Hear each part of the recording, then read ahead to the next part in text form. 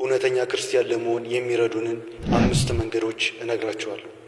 አንደኛ፣ ጽኑ እምነት በእግዚአብሔር አብ፣ ወልድ፣ መንፈስ ቅዱስ በሥላሴ አንድነትና ሦስትነት በእመቤታችን በቅድስት ድንግል ማርያም አማላጅነት በቅዱሳን ምልጃና በቤተ ክርስቲያን አስተምህሮ ላይ የማያወላውል እምነት ማዳበር አለብን።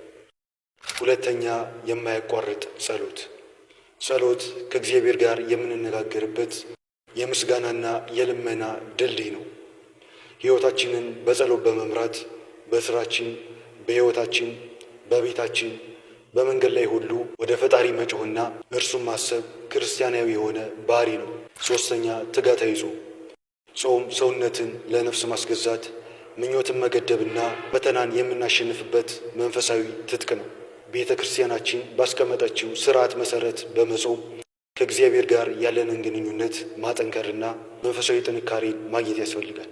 አራተኛ፣ የንስሐ ሕይወትና ቅዱስ ቁርባን። እውነተኛ ክርስቲያን የኃጢአት ሸክሙን በመናዘዝ በንስሐ አባት በኩል ንጽሕናን ያገኛል። ንጹሕ ከሆነ በኋላ የጌታችንን የኢየሱስ ክርስቶስን ቅዱስ ሥጋና ክቡር ደሙን በመቀበል ከጌታ ጋር አንድ ይሆናል። ይህ ለሕይወትና ለድነት ወሳኝ ነው። አምስተኛ፣ መልካም ሥራና ፍቅር።